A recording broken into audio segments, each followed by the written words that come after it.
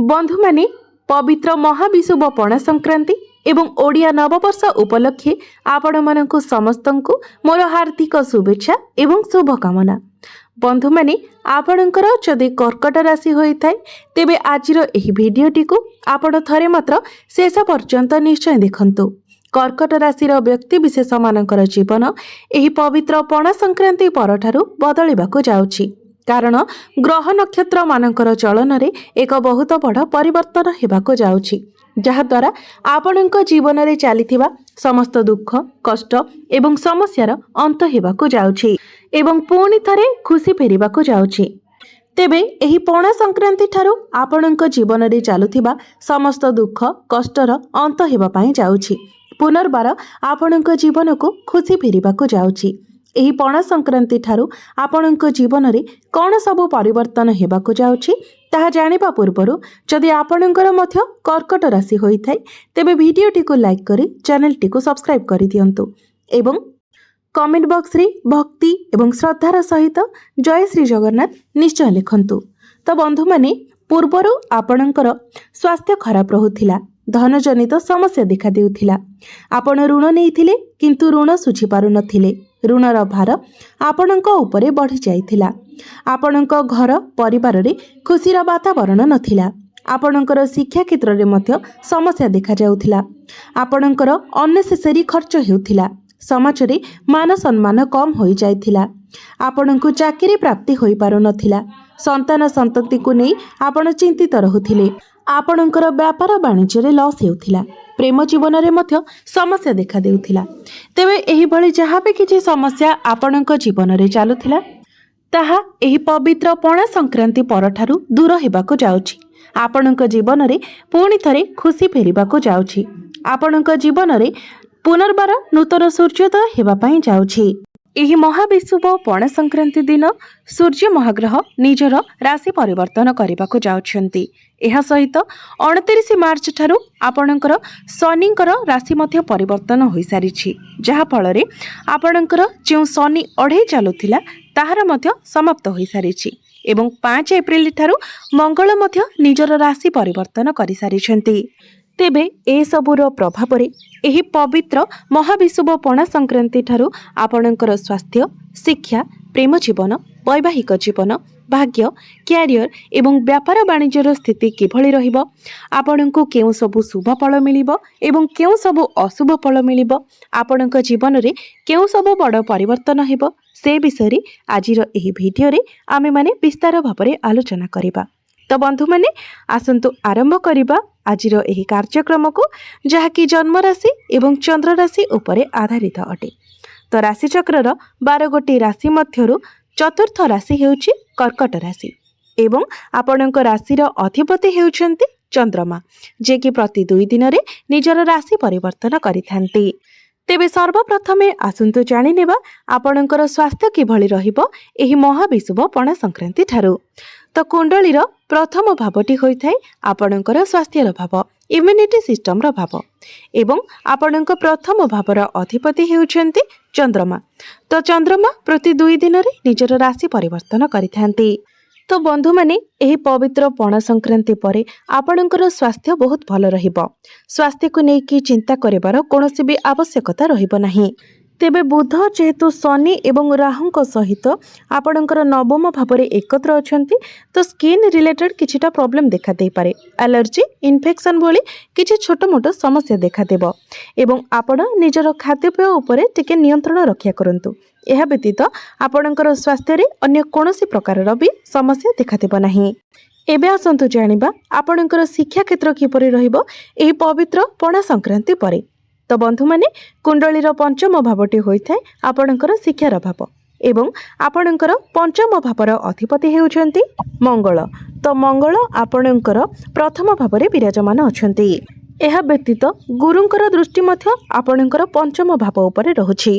तो आपणकर शिक्षा क्षेत्र एही महाविषुव पणा संक्रांति परठारु बहुत ही भल रहुछि। पाठ पढ़ारे आपणको बहुत अधिक सफलता मिलिबाकु जाउछि। जदि एही पणा संक्रांति परे आपण कोनोसी एग्जाम देउछन्ति तो सेथिरे निश्चित भाबरे आपण कृतकार्य हेबे। आपण जदि गवर्नमेंट रिलेटेड किसी एग्जाम देउछंती तो सेथिरे मध्य निश्चित भाବରେ आपणको सफलता मिलिबो कारण एही पणा संक्रांति ठारू सूर्य आपणक राशि रे उच्चस्थ होइछिबे जहा फल रे सरकारी क्षेत्र रे आपणको बहुत अधिक सफलता मिलिबो। जदि एही पणा संक्रांति परे आपण कोनोसी एडमिशन करंती किंबा फॉर्म फिलअप करंती तो सेथि पय मध्य समय आपणक पय बहुत भल रहिबो।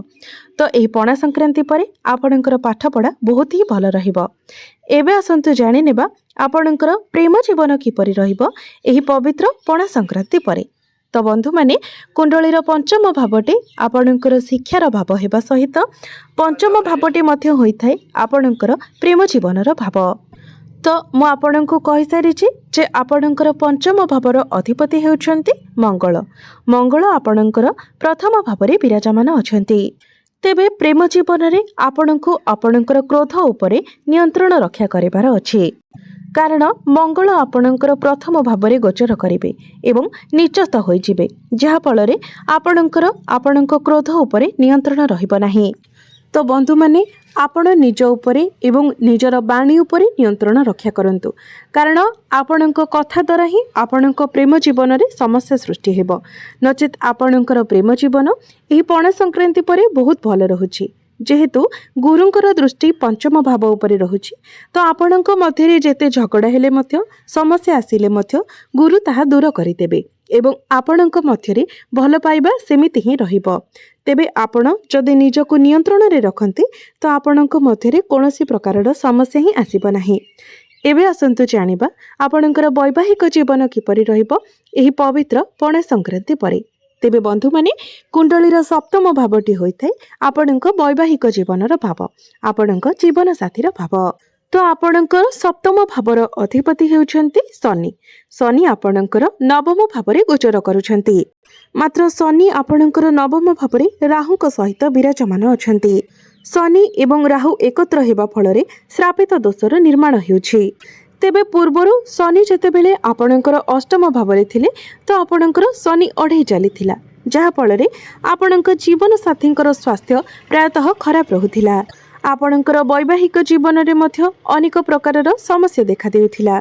तेबे वर्तमान से सबु जिनिस आपणक भितरे नाही। आपणकर वैवाहिक जीवन रे धीरे धीरे सुधार आसिबारे लागिछि। आपणक जीवन साथींकर स्वास्थ्य रे मध्य धीरे धीरे सुधार आसिबारे लागिछि। तो जे पर्यंत आपणक कुंडली रे श्रापित दोष रहुछि अर्थात 18 मई पर्यंत जे पर्यंत राहु आपणकर अष्टम भाव को चलन करि नाहंती से पर्यंत आपणक जीवन साथींकर नेचर रे आपण टिके अप डाउन देखिबे। एहा व्यतीत अन्य कोनोसी समस्या आपणकर वैवाहिक जीवन रे देखा जाउ नाही। आपणकर वैवाहिक जीवन एही पणा संक्रांति परे भल रहिबो। एबे आसंतु जानिबा सबुठारु गुरुत्वपूर्ण विषय वस्तु आपणकर भाग्य क्यारियर एवं व्यापार वाणिज्यर स्थिति किपरि रहिबो एही पवित्र पणा संक्रांति परे। तो बंधु माने कुंडलीर नवम भावटी होइथाय आपणक भाग्यर भाव। तो आपणक नवम भाव अर्थात भाग्य भावर अधिपति हेउछंती देवगुरु बृहस्पति जे कि आपणकर एकादश भावरे लाभ स्थान रे विराजमान अछंती। तेबे आपणकर नवम भावरे 4टी ग्रह विराजमान अछंती। तो भाग्य तो आपणकर भल रहिबो किंतु भाग्य रे अनेक प्रकारर बाधा विघ्न मध्य आसीबो।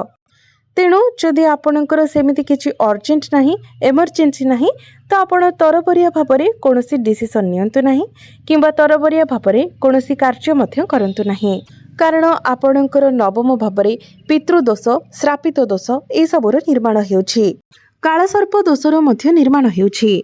तो आपणको केवल 18 मई पर्यंत अपेक्षा करिबार अछि कारण सेतेबेले आपणकर कुंडलीरु आपणक कुंडलीर नवम भावरु राहु आपणकर अष्टम भाव को गोचर करिवे तो समस्त ग्रह माने अलगा होई जिवे।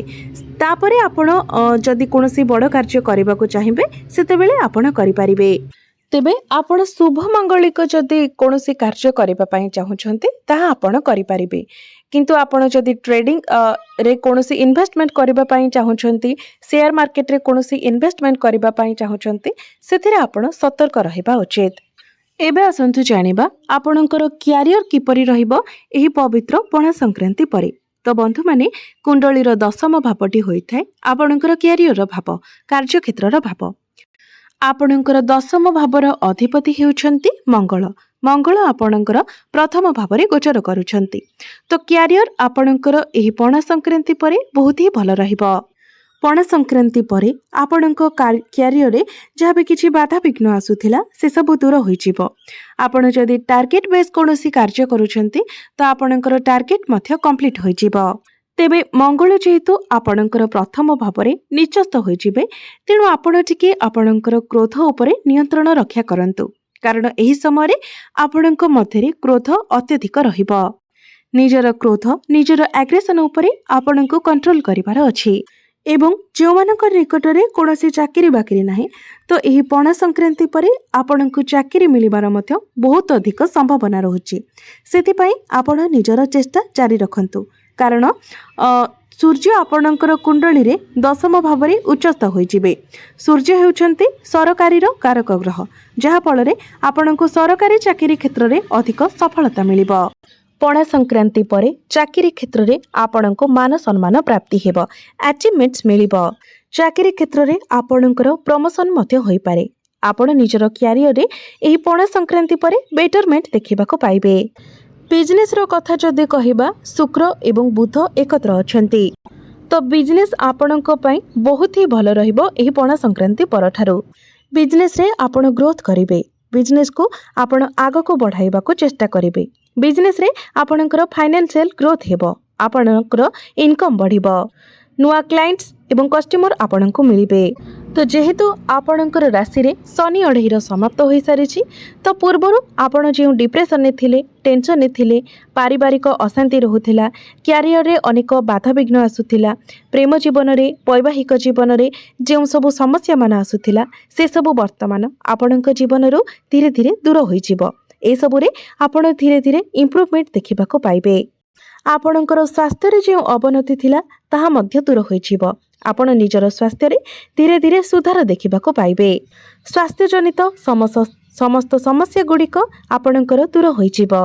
तो बंधु माने एबे असंतु जानि नेबा किछि उपाय विषय रे, जे उपाय गुड़िक करिबा द्वारा आपणको अधिक शुभत्व प्राप्ति हेबो एवं जहा किछि अशुभत्व रहुछि से सब खंडन होइजिबो। तो सेति पई प्रत्येक दिन आपण चंद्रमांकर बीज मंत्र 108 थर जप करंतु।